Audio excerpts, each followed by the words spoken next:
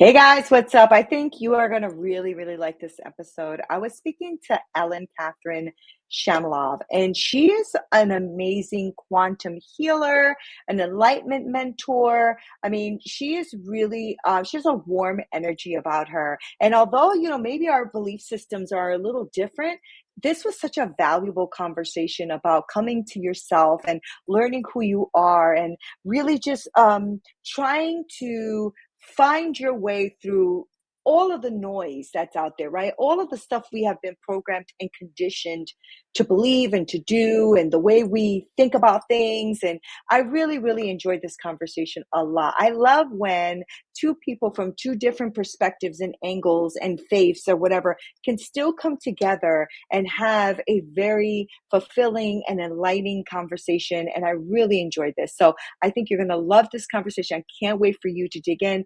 And she is willing to hop on a free call with you and like help you figure that out for yourself. I think it's beautiful. So here we go. Enjoy.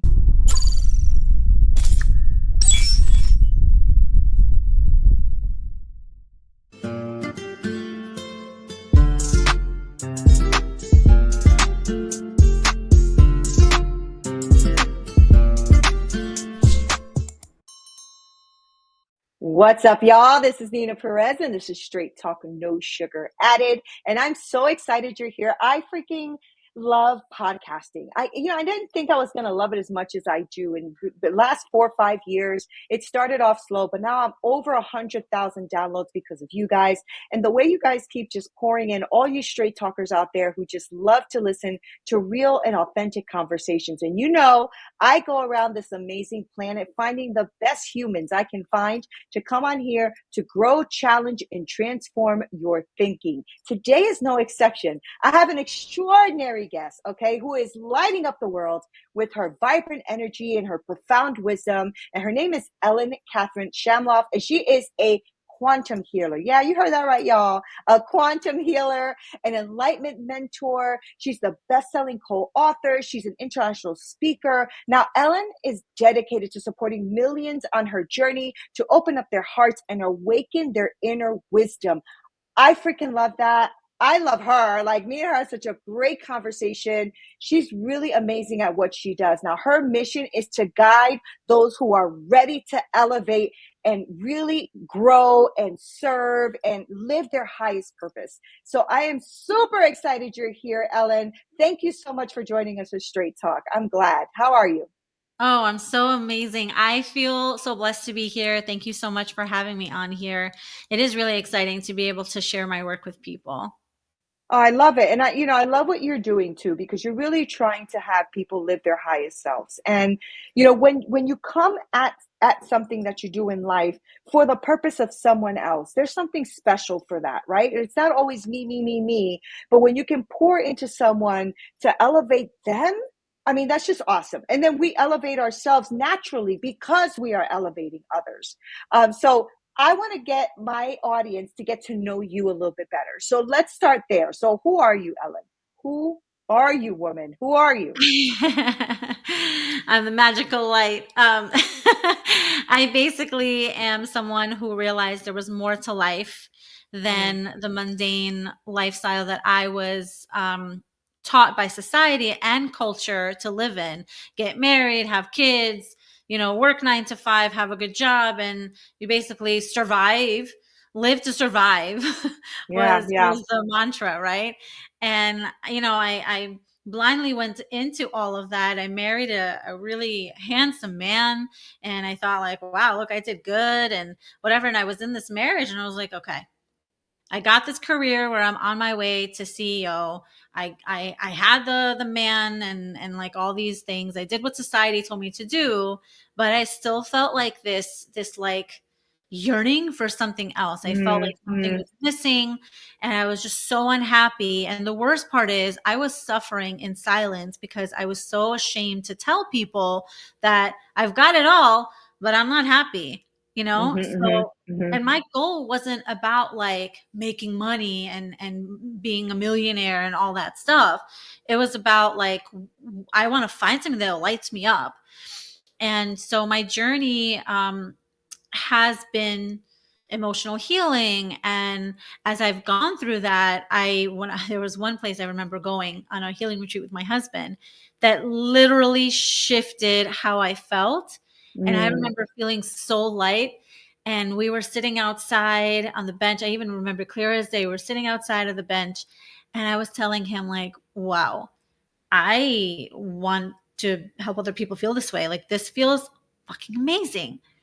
And I remember as soon as we got home, higher vibrations came to mind, and I thought, yeah, let's start this business. Higher vibrations get people into feeling better about Mhm. themselves, like, Mhm. light them up. And that's where my journey, took me to where I am now. It's so interesting you said that too, because I think that a lot of us who are in the service industry where we want to help others have this catalyst or this moment in time where something changes. But it's never easy though, is it, Ellen? Because when that happens now, everything you thought is not. And everything you admired isn't anymore. And now things start, and I don't know if this is your story, so I want to hear it. Things crumble. They start to crumble and fall apart. And you're like, what the frig is going on? Right. But I think that has to happen for you to emerge. So talk to me about that. Like when you got home and that started happening to you, and that was your beginning or your genesis. What happened? Like what was the stuff that started to happen for you to be who you are today? I had to come out of hiding. I was, Mm, even when I came home and I wanted to do this, I was scared because, I got the downloads of like what I was supposed to do, but I felt it was too woo woo.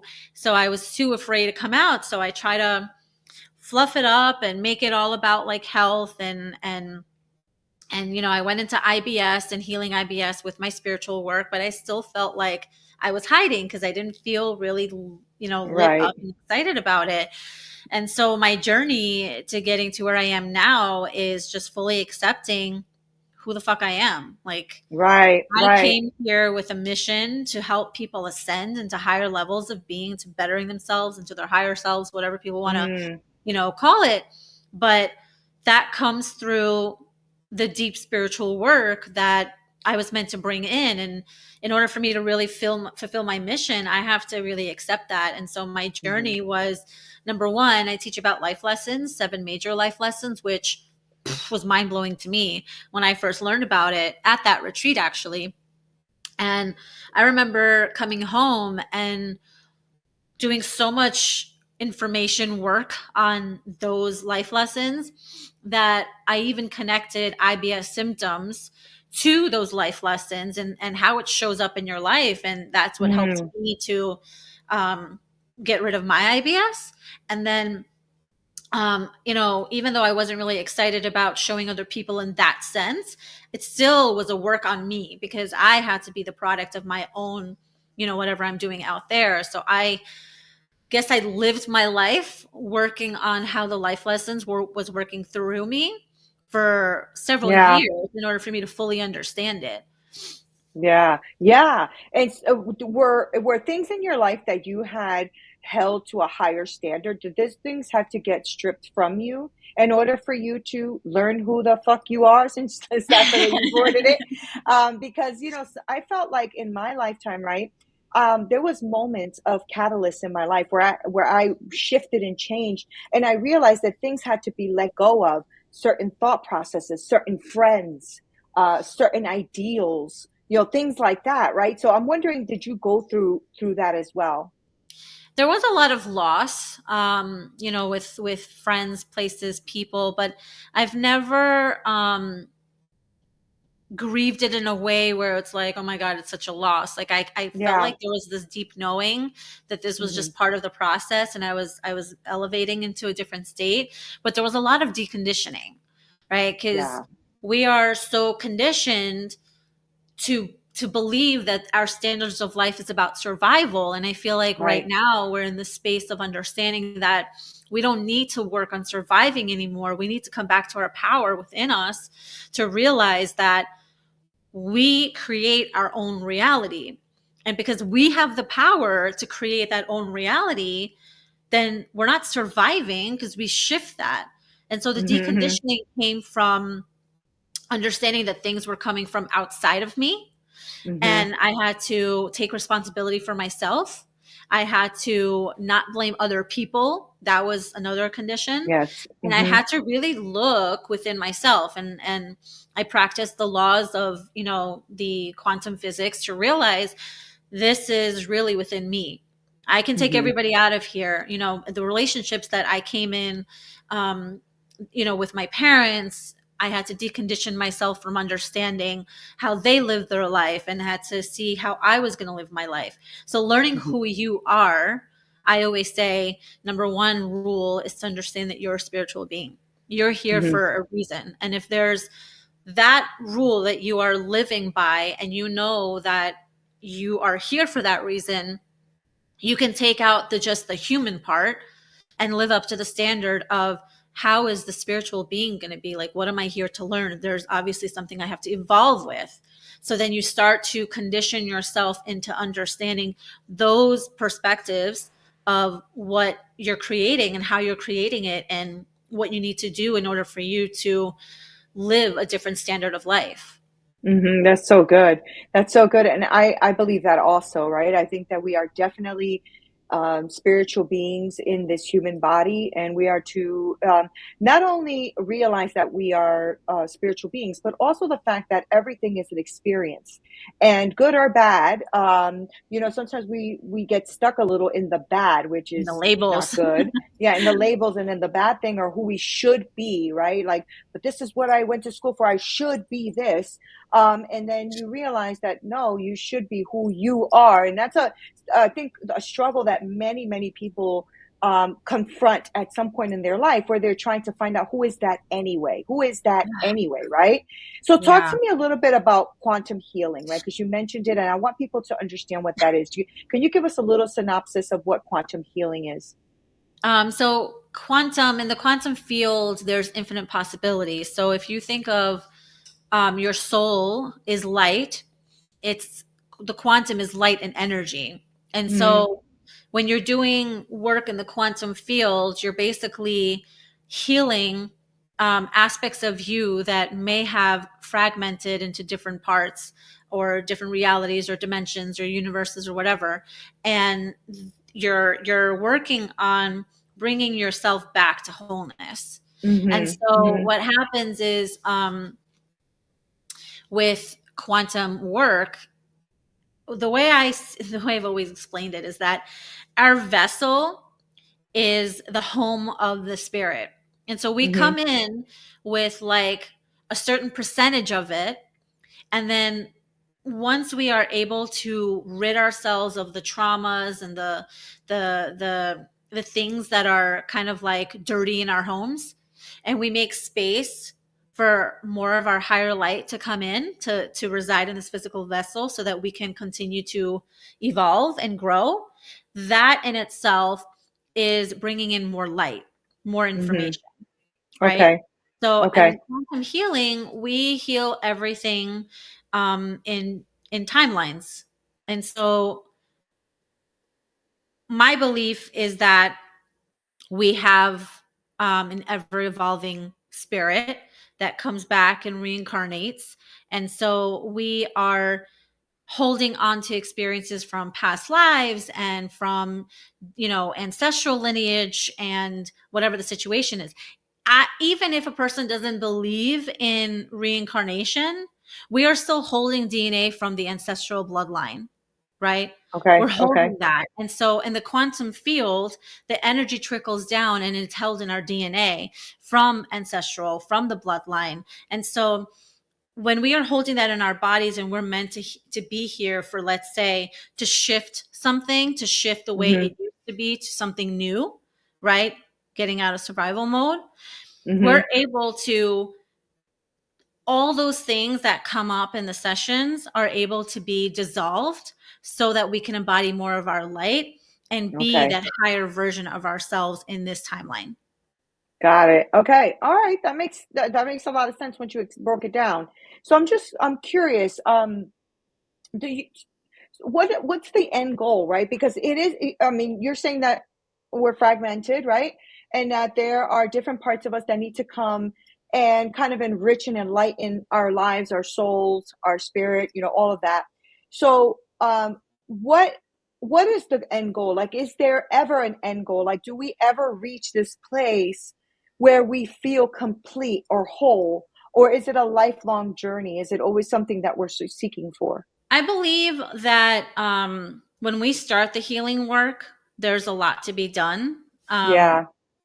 It's just because it's like there's so much awareness around it. And then we start to pick up again the deconditioning. So we start to pick up all the things that we had once thought was what we wanted, but then we realize, no, that doesn't bring me happiness. It doesn't bring me joy. And that doesn't align with me. So then you start to go on this journey of dissolving those things, deconditioning and learning more about yourself, and then coming to an understanding of who you are and what you're meant to do, how you're meant to serve. So if, let's say, someone went through some traumatic experience and they've labeled things in a certain way, and now they've come to this understanding of this awareness that this didn't happen to me, this happened through me and Mm, for me. You can see how these experiences are not meant to keep you stagnant or scared. It's actually meant to show you what work needs to be done in order for mm-hmm. you to be able to move past it, dissolve it, and then learn from it so you can grow. Yeah. And that's Yeah, that's that's the biggest that's challenge. good. Yeah, yeah. It is work. You do have to be aware. There's a lot of self-awareness going on, right? So, it's basically what I call mind over matter, right? Having the mind and the matter being the brain part, but the mind, right? But it's really having that place where you pause and really seek, because a lot of us have been conditioned to just wake up and do the same thing the next day. And so that's the factory worker mentality, right? You get up and you repeat, get up, repeat, get up, repeat. And Yeah. it's unfortunate because sometimes it takes us many years. I'm 51. I didn't start this beautiful journey until I was like maybe in my late 20s, early 30s. But I wish I would have had this all my life, right? Because, there's so much to discover. There's so much beauty in the world, even in the mess, right? I always say your mess is your message. Stick with it. You got this. Because I think we don't want to look there, Ellen. Sometimes it's uncomfortable. It's painful. It's something if you feel like if you forget about it, you won't have to deal with it. But that's not true. It does It'll show still up. lead your life. Yeah, it still leads your life It'll in one continue way or showing. another. The way Yeah. I talk about it is that our body holds the frequencies of everything. And so if your body is recording literally everything that's going on in your Mm-hmm. life, right? Even in ancestral stuff, all the things that they had to go through, the trauma that they had to go through in order to survive, that still comes into this life for us because we're holding that frequency in the body. And so because Mm. we're holding that, we're literally creating that through us so that we can see how we're in survival or how we're holding on to trauma that maybe they experienced, and it's being held in the DNA. It's so crazy how the energy works, but that's what the quantum field is all about, and that's how Mm-hmm. it trickles down into the DNA. And so regardless, if you are creating something in your life, it's not to blame yourself because you're unaware. It's because of what you are actually holding on to. So I'll give you an example. Mm.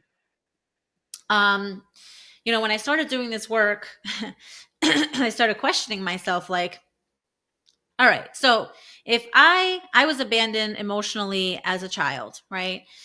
So I said to myself, if I emotionally abandoned myself, take out who did it, I would look in the mirror and say, it was me. I abandoned myself emotionally, let's say, or just abandoned myself, whatever it is.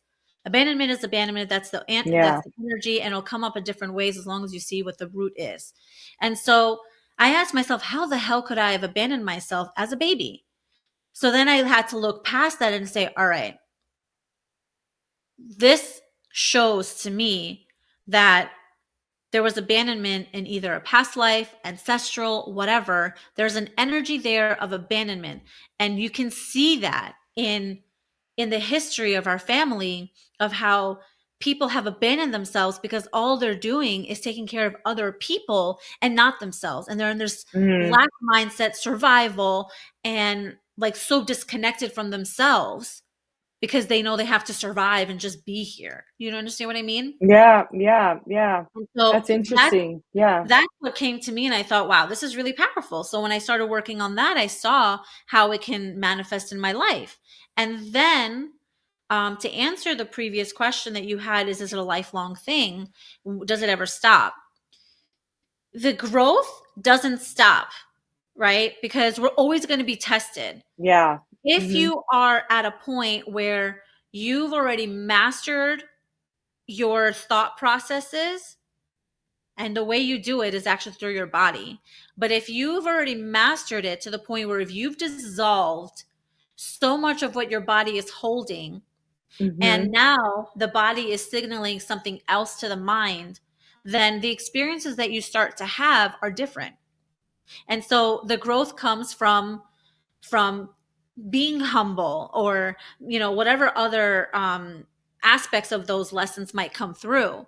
But it's a lifelong journey, and it's not always Yeah. about healing, right? Because in the beginning we're targeting all that stuff and we're healing so much, but then later it's like, how am I going to implement these new parts of me? How am I going Right. to live in this accelerated life, right? And then when you've created what you wanted, you've got new desires, and you Mhm. continue to Mhm. elevate yourself and move past another block and another block and another one. As long as you keep on going higher and higher and higher, you get to play around with the reality that you get to create, because you're Mm. the one who's setting those standards and those goals and creating how it's no, not how, but creating the opportunity for you to be able to experience different things.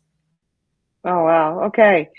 Thank you for answering that. That was really good. No, I love that you did that because I think that is something that I think we all have to understand, especially all of us who are in personal development or trying to like expand our way of thinking or our mind, right, to grow, whatever.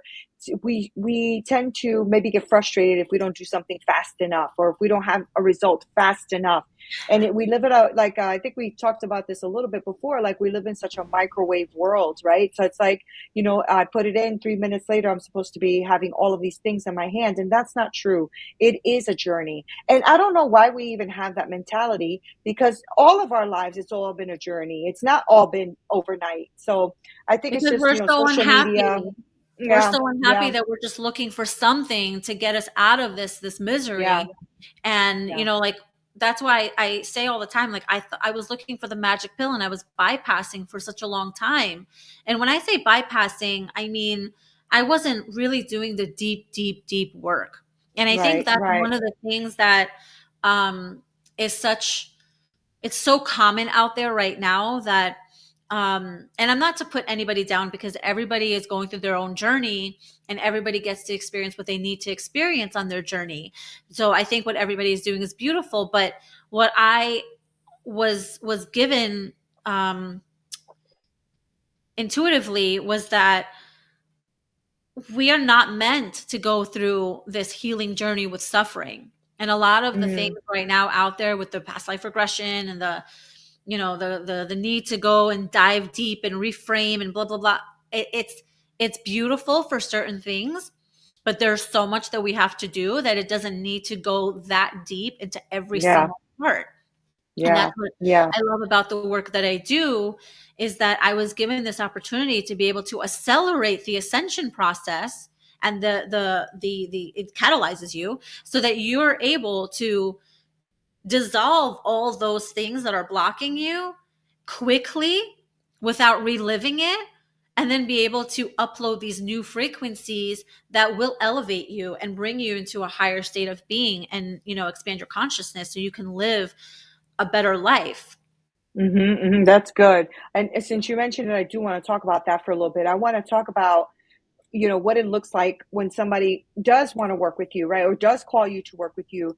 Because it's funny because you said in the beginning, I didn't want to be too woo woo, right? But I feel like, I don't know how that became a bad thing anyway. You know what I'm saying? Like how being woo woo or spiritual or whatever became a bad thing. I think it's because it went against the agenda of being a robot worker. you know, Yes. because if you start thinking for yourself and you start being acknowledging who you are, it goes against the grain. I had So the what? limiting belief. I had the limiting Mm-hmm, belief that I was yeah, not going to be accepted, that I was going to be judged, that people would look at me like I was crazy because I was saying something that was different. And right, I didn't, what I realize now is that those people that will think that, they're not my people. They're not people that are exactly, meant to work yeah, with me, and they're not people yeah, that are meant to be in my space with me. And right, so you can't, like, with the billions of people in the world, I'm sure there's going to be people who will see it in my way. And I also had a husband who was testing that for me, because he I'm was sure, spiritual, but not as spiritual. It was so weird. It was like half in, half out. And it was like, there's no way that he questioned my intuition. And a lot of the times my intuition was so dead on, but he would question it. How did you know that? But I'm like, my intuition, but how does that prove it? Well, I don't know how to tell you that. And that put me in a space of like, how am I going to prove these things? Like, if a lot of these things are intuitive, how do I prove it? And I feel like that put right, me in a right, box and made me yeah, so afraid. But you know, the proof is in the pudding. I've seen how my life has transformed, even with my the situation with my husband when he passed away. I had to look at that and say, what life lessons is this experience teaching me? I need to right, understand that so that I can be able to move past it. So I used um, my own modality on myself to be able to see, what is this experience teaching me and how do I elevate from this? And I had people in my group thinking that I was never going to make it. mm, They all thought, because I mm, was down, I was so depressed, I was like confused. What was I going to do with my life? Because I felt like I had a mission, and how was I going to live this mission now if all I have to do is go back to survival to take care of right, my son and right, live in this world working a 9 to 5 job just to make it, you know? right, So all of that put me in a sense of like, I don't want to be here anymore. But, yeah, and you know, that's why other people around me thought that she wasn't going to make it. And yeah, when they were surprised to see how I came out of that so strong, and it's not that I'm a strong woman, it's the fact that, and when people say that, it's like, it's not that I'm strong, and maybe I am, and whatever, that's fine. But it's about really understanding the perspective. If you know that you're here to learn and grow, then every experience that you have, death, even if a heart attack, it doesn't matter. Any type of death, anything that comes to loss or an experience that gives you some type of emotion is there to teach you some type of lesson. You just need to know what right. that lesson is so that Mhm. you can incorporate it into your life and be able to grow from that. I agree with that. I think that's so true, and I'm sorry for your loss too, because it is a hard time. That is a hard time. Thank you. Loss is hard. Loss is hard, and it's great that you've been able to transcend that. That emotion of being depressed and being there, because that is hard, right? So I want to know, before we wrap up, though, if somebody's listening and they're like, "She's speaking my language," or "This is something I may need in my life," because I think that one other thing, because I have a lot of coaches and entrepreneurs and leaders that listen to the show, and what I don't want them to start doing is put themselves in different compartments. Oh, I don't do that. You're a human being all the way around, at work, at home, in relationships. You're still the same human being. At work, you still get love, joy, frustration, all that the same way you do at home. So I think, nothing is woo woo. I think it is actually connected, and you have to learn what that is, right? Who you are in each aspect of your life. And so, Ellyn, if somebody's listening and wants to work with you, what is it that you offer? How do you do this? Like, how do people reach you? Give me all of that stuff. I actually have a program that's coming out about coming back to themselves. And it's to do the work to really, because you need someone to show you, Mhm. to at least begin the process, to show you how to look at yourself and how to be able to see it within you first, right? Mhm. And I Mhm. call it a manifestation accelerator, because really you are going to be able to manifest things instantaneously once you can get back to yourself, embody that light that you are, and really Mhm. take ownership of your power so that you can start creating. And that program is so powerful. It's jam packed with so much. And I'm still in the works of creating it. but I believe it's going to be at 5 or 6 weeks. It's called the Queen of Your Heart. So you know that you are the person who's in charge of you. That's so Um, good. and so for now, I can say people can get in contact with me with my phone number. They can text me directly and say, yes, I'm ready to come back to myself. And then, from there, we can schedule a free Akashic Records call where we can dive deeper into like what is going on for them. If they have a question, I can help steer them in the right direction. And it doesn't necessarily mean they have to work with me. It's just an opportunity for them to ask me any questions about what they want to know. And the Akashic Records is basically like the Google search of your life. It's a Google search of your soul. So it's a perfect opportunity to get in contact with me that way. Mm-hmm, mm-hmm. Okay. Okay. First of all, do you want to give me that number here live, or do you want me to just put in the show notes? The number is 561-862-2932. And you can also put that in the show notes. Okay, great. Yeah, good. Okay, so I love that, and I love that they can text you directly. Here's the other thing I love. I love that you're going to sit there and be able to help them see the Google of their life, right? And so they could really make an assessment like, okay, I'm stuck in a lot of these places. I'm stuck in a lot of these places, and it's important for us to realize that you can't do this journey alone. You cannot do this journey alone. Ellyn, we need everybody. We need each other. We need wisdom. We need strength. We need somebody to encourage us, right? And so if somebody's listening to this, I want them to be encouraged that they don't have to keep doing this alone. And there might be somewhere that you think is one thing, but it might be a blind spot. You might not actually see what it is you need to dig into, right? Exactly. And that's why having, number one, two things are really important. Number one, my shifts really happened when I worked with a coach one-on-one. I put all my money shit on the side and I said, I need this. I know this is what I need and I'm going to do it. And so I worked with this coach one-on-one, really shifted my life. It shifted everything on how I see things. And before that, when I try to do it alone, it's hard because you don't know if something that's coming up, how to process it. And so when you work with a coach that can really guide you and Mm-hmm. help you see things that are your blind spots that you're not seeing, it's like that boom, aha moment. But I don't Yeah. say things to them. I walk them through it so that they can see it for themselves. Because once you Right. see it for yourself, you've got the aha and you're willing to make the shift. The awareness is important.